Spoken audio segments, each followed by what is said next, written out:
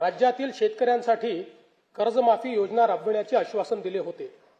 त्याकरिता समिती गठीत केली आहे।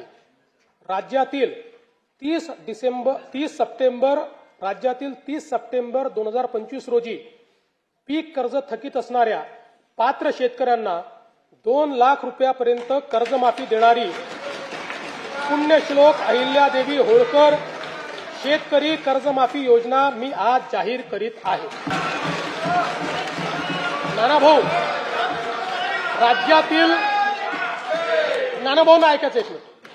राज्यातील 30 सप्टेंबर 2025 रोजी पीक कर्ज थकीत असणाऱ्या पात्र शेतकऱ्यांना 2 लाख रुपयापर्यंत कर्जमाफी देणारी पुण्यश्लोक अहिल्यादेवी होळकर शेतकरी कर्जमाफी योजना मी आज जाहीर करत आहे। जे शेतकरी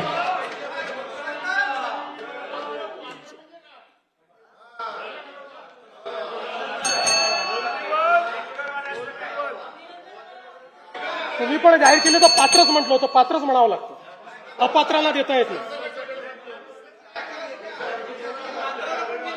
ऐका पुढे, अजून संपलं नाहीये।